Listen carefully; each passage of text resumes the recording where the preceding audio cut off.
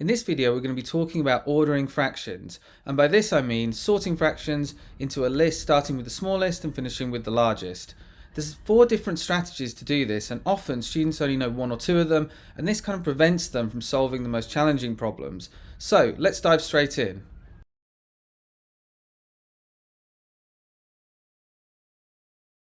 Our first strategy for looking at ordering fractions is using the idea of the same denominators. So if we look at this question, it's a fairly simple one to start off with. All of the denominators are already the same, they're already 5. So we're working in fifths. So the first fraction is 7/5, and we can see at the top we've got 5/5 making a whole one, and then 2 more fifths making 7. The second one is 1/5. The third one is 4/5, and then we have 3/5 at the end. And because all of them are in fifths, the sizes of the parts are all the same. So all we have to do is look at the numerators and we can order the fractions from there. So here would be the order: 1/5, 3/5, 4/5, and 7/5 being the largest. Now if we want to step it up a gear, we've got these 3 fractions. Now if we look at the denominators, they're not the same at the moment. So we can't use exactly the same strategies we used for the question before. But if we alter 2 of these fractions, we could turn them into sixths. So thirds, 3 and 2 are both factors of 6. So we could turn 2/3 and a half into some amount of sixths. And if they're all sixths, we can then compare them together. Now, there's a prior knowledge warning for this, because if you don't understand equivalent fractions, you can't really do this step. So if you're struggling with equivalent fractions, then go back and look at that first before you then come back to this.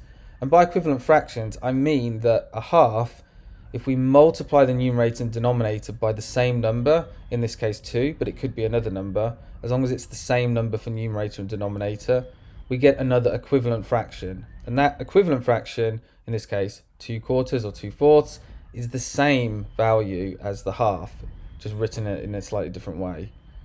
So if you're not comfortable with that, then go back and look at that, but let's just move on for now.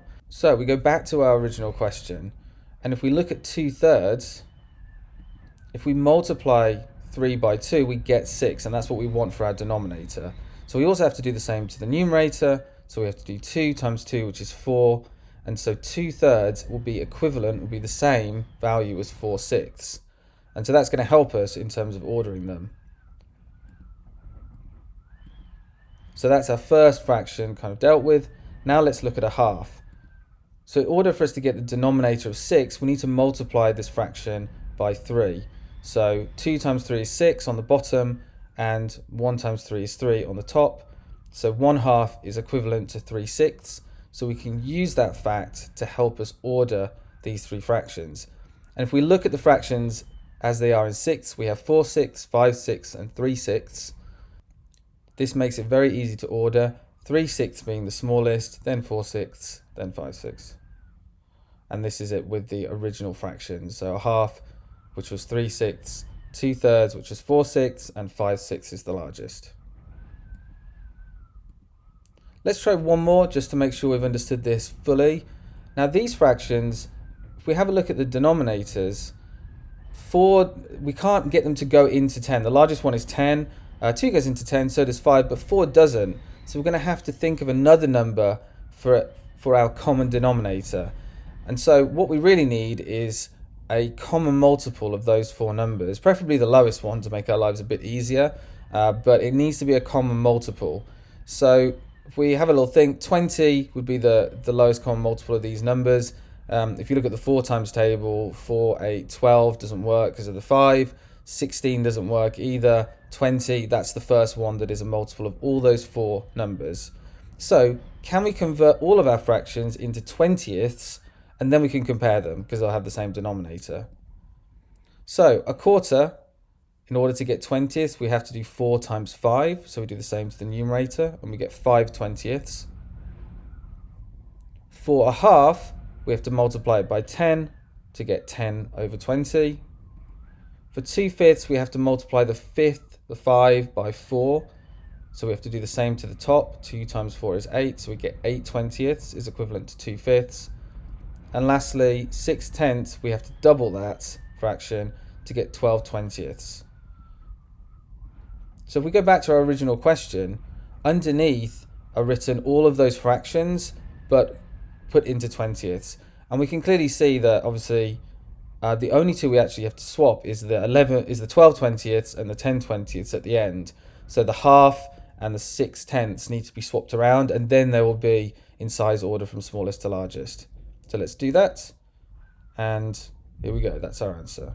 So we can pick another common multiple, any common multiple, to make our fractions have the same denominator. It doesn't have to be one that's already in the question. The second strategy we're going to look at is the idea of using the same numerators. Many students understand the same denominator method, but they haven't been taught, or they forget the idea of working with the same numerators. Let's have a look at this example below. Now the denominators are a little bit awkward. In fact, our lowest common multiple is 210, which is enough to make any mathematician shed a tear. But we're in luck because the numerators are all the same. They're all 1. So could we use this to order the fractions? Well, if we have a fifth, a third, a half, and a seventh, what we notice is that it's all one part. So because all of those fractions are only referring to one part of the whole, we can just look at the sizes of them and then order them based on that. So you can clearly see that the seventh is going to be the smallest because it's one part out of 7, and the half must be the largest because it's one part out of 2. And this is because all of our wholes are the same size with fractions. So if we rearrange those, you can clearly see that we go a seventh, a fifth, a third, and a half. In that way, we've used the idea of same numerators to order our fractions. Let's try another one just to cement this idea. Now the denominators look a little bit awkward again, but the numerators aren't quite perfect because we have one that's 2 and the others are 1. So can we use the idea of equivalent fractions just to change the other fractions into ones which have a numerator of 2? Well, all we have to do is double each one. 1/9 doubled is 2/18. We have 2/5 already. A third doubled is 2/6. And a half doubled is 2/4 or 2/4. Now we can compare them. So we can see that all of them have 2 parts, but the size of those parts are different, and we can use that idea to order them. The smallest one is going to be 2/18 because an 18th is the smallest out of all of those 4 fractions. Then a sixth, then 2/6, then 2/5, and then 2/4 will be the largest. So putting that back into our original fractions, we have a ninth, a third, 2/5, and a half. The next strategy we're going to look at is the idea of converting to decimals. And I just want to say that this would work just the same with percentages, but I'm just going to use decimals to illustrate the point this time. So having a look at this question here, we could use the same denominator or same numerator method, but looking at these numbers, the idea of converting to decimals jumps out because it's quite easy with these particular fractions. And that's what you have to do really, is look at the question that you're presented with and see which strategy fits that question. And if you understand or have a complete understanding of this concept of ordering fractions and comparing them, you'll be able to answer any type of question that you're presented with. So let's come back to this one. Looking at the idea of 3/4, I know from my facts, and these are things you have to learn and just memorize, a quarter is 0.25. If a quarter is 0.25, 3/4 is 0.75. 0.25 times 3. You might just also remember that 3/4 is 0.75. The same with 4/5. If I didn't know that 4/5 is 0.8, I might remember the fact that 1/5 is 0.2 or 20%. So 4 of them must be 0.8 or 80%. A half is 0.5. And 7/10 is 0.7, but if I didn't remember that, I might use the fact of 1/10 being 0.1, times that by 7, so 7/10 must be 0.7. So now I have my original fractions and their equivalent decimals. I can order them based on the decimals. You can see that 0.5 is going to be the smallest, followed by 0.7, then 0.75, and finally 0.8 being the largest. And this method relies on you understanding decimals and place value. So if you're struggling to order these decimals, then do a little bit of work on that first, and then you can use this method to answer questions. So here's our final order from smallest to largest: a half, 7/10, 3/4, and 4/5. And now we're going to come on to the final strategy we're going to look at today, which is comparing the fractions to a number. And this can be easier or harder depending on what the question is. So we'll look at a simple example first. So if we take these three fractions, 4/6, 8/7, and 3/9. If we take 5/6 first, we can see that this fraction must be bigger than a half because 3/6 is a half, but it's definitely less than 1. It's less than 6/6. So we know that about this fraction. 8/7, that's more than 1. 7/7 is 1, so 8/7 is a little bit more than 1. And 3/9, that's definitely less than a half. In fact, it would simplify to a third, but it's definitely less than a half. So if we look at these three fractions, we know how to order them just based on looking at their size and how close they are to different numbers, whether that's a half, 1, or 2. And we know that the smallest fraction must be 3/9, then 5/6, because that's bigger than a half but less than 1. And finally, 8/7 must be the largest because it's the only fraction that's above 1. So let's move on to a more complicated example. Have a look at these fractions below. If we use the strategies that we've looked at previously in the video, the denominators look super awkward. The numerators don't look much better. So what are we going to do to try and order these fractions? If you look at these fractions, you might notice that they're actually all very close to a half. 15/30 is equal to a half, but we have 14/30, so we have a 30th but less than a half. Similarly, 9/18 is equal to a half, and we have 8/18. And 11/22 is equivalent to a half, and we have 10/22. So there's something they have in common. So let's have a look at this on the number line and see if we can figure out how to answer our question. If I take the first fraction we looked at, 4/30, we figured out that that is 1/30 below a half. 15/30 is a half. Take away 1/30, or go back 1/30, and we get 14/30. But what about 8/18? Well, in the same way, 8/18 is 1/18 below a half. But I know that 1/18 is bigger than 1/30. Therefore, it's further back from a half, making 8/18 smaller than 14/30. What about the final one? Well, 10/22 is 1/22 below a half. And 1/22 is bigger than 1/30, but it's smaller than 1/18. So this is going to put 10/22 in the middle of those. So now we actually have our order, and we found out that order based on how far below a half they were. So our order is now 8/18, 10/22, and 14/30. So let's try another example, and we can use the same idea to order some different fractions. It's worth saying at this point that I wouldn't expect a student to be able to master all of these ideas just by watching this one video. So depending on where you are with your learning journey, you might want to stop and practice some of these different ideas and slowly build up your understanding. But let's go through and finish this one off. So you might have noticed that all of these fractions are very close to 2. They're just under 2. So let's compare them to 2, and then we can hopefully find the order. Starting with 11/6, that is a sixth below 2. 12/6 would be 2, and we have 11, so 11/6 is 1/6 below. 5/3 is a third below 2. 7/4 or 7/4 is a fourth below. 9/5 is a fifth below, and 3/2 is a half below 2. So the smallest fraction is going to be the one that's most below 2.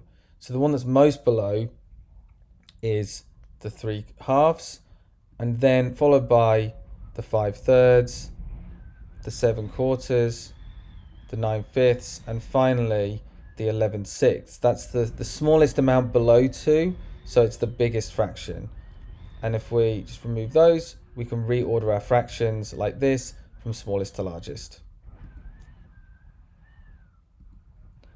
Right, I do actually have one final one, and this one is tough, and I believe was actually invented by Bulgarian cobblers in the late 17th century. And if we look at this, we notice that our other strategies are quite difficult to implement. We have awkward denominators, we have awkward numerators, but they all seem quite close to 1. 10 over 11, 21 over 23, 31 over 34, they're just under 1. So maybe we can compare them to 1 and use our strategy 4 to figure out the order. Right, so if we do, how far under 1 are they? Well, the first one is 11th below 1. The next one is 2/23 below 1. And the last one is 3/34 below 1. And what's a little bit annoying is that with the other questions before, they all had the same numerator, so we could compare these differences, but these ones don't. So is there anything we can do to make these differences, these little bits below 1, the same so that we can compare them? Well, their denominators are awkward, 11, 23, and 34, but their numerators aren't too bad. Could we use one of our other strategies and make the numerators the same? Well, we have 1, 2, and 3. Well, those are all factors of 6. So maybe we could convert them into fractions that have 6 as the numerator. Then we can compare them and see which of our original fractions are the smallest, the biggest, and the one in the middle. So for the top one, 1 over 11, if we times it by 6, we get 6 over 66. We now have a numerator of 6, which is great. For the second one, we have to times that by 3 to get a numerator of 6. 23 times 3 is 69. And for the last one, we have to double that one to get 6 as a numerator. So we end up with 6 over 68. Now we can compare these three. They're a little bit tricky, which is why this is the final question, but we can still compare them. And you'll notice that 6 parts out of 66 is going to be the largest of those three. 6 out of 68 will be the middle, and 6 out of 69 will be the smallest. So what does this mean for our original fractions, which is 10 over 11, 21 over 23, and 31 over 34? Well, it's going to mean that 10 over 11 is the smallest because it's the biggest amount below 1. 6 over 66 is bigger than the other two, and so that's the most below 1, so it's the smallest fraction. The middle one is going to be 31 over 34 because that's 6/68 below 1, and that was the middle amount. And our largest fraction is going to be 21 over 23 because that is only 6/69 below 1, and that's the smallest amount below 1. Therefore, that fraction is the largest. So well done if you managed to follow that last one all the way through, because that was tricky. But hopefully you've at least managed to gain some new learning from those different strategies that we looked at. So now we've looked at all 4 methods for ordering fractions, which hopefully should give you a really rounded understanding of this concept. If you want more information about fractions, then have a look at our comparing fractions video, or fractions of a number, which is something slightly different but will improve your understanding of fractions all the same.